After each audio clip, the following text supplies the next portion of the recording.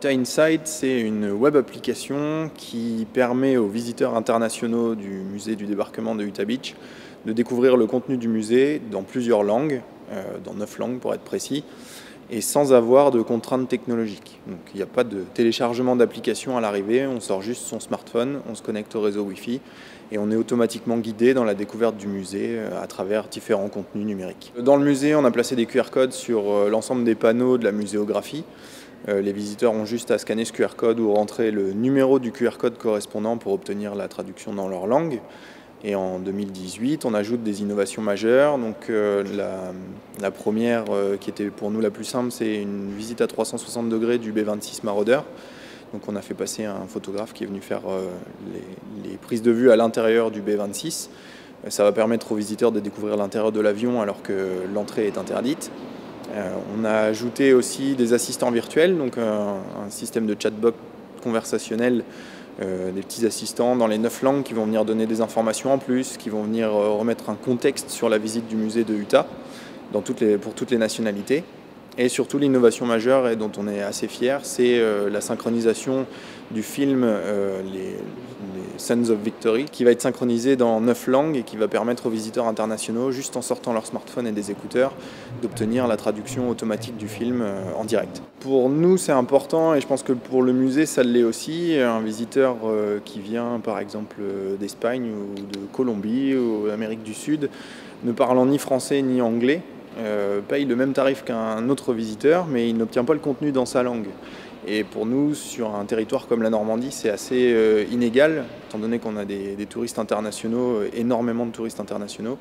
Donc Utah Insight, ça permet de faire en sorte que les gens se sentent impliqués dans la muséographie et surtout comprennent ce qui s'est passé pendant la Seconde Guerre mondiale. Es un museo muy interesante y fue una sorpresa muy grata también encontrar en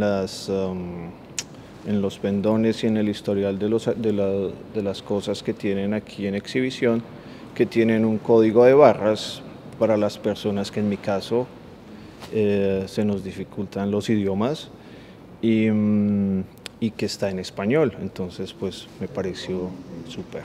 Sí, al principio pues estaba un poco como intrigado porque todo estaba en inglés o en francés, lo cual pues se me dificulta bastante.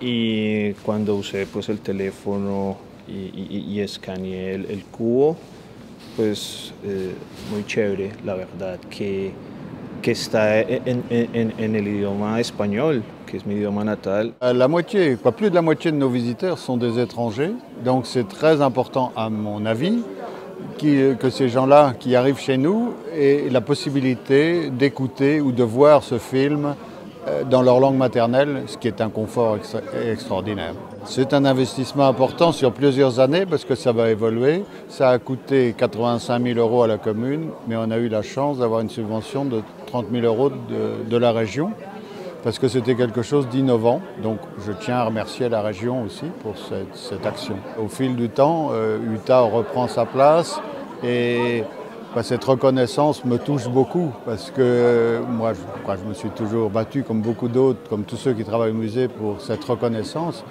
et que la région nous accorde cette aide, c'est un confort et aussi ça nous fait très plaisir. À bientôt sur tv.tv.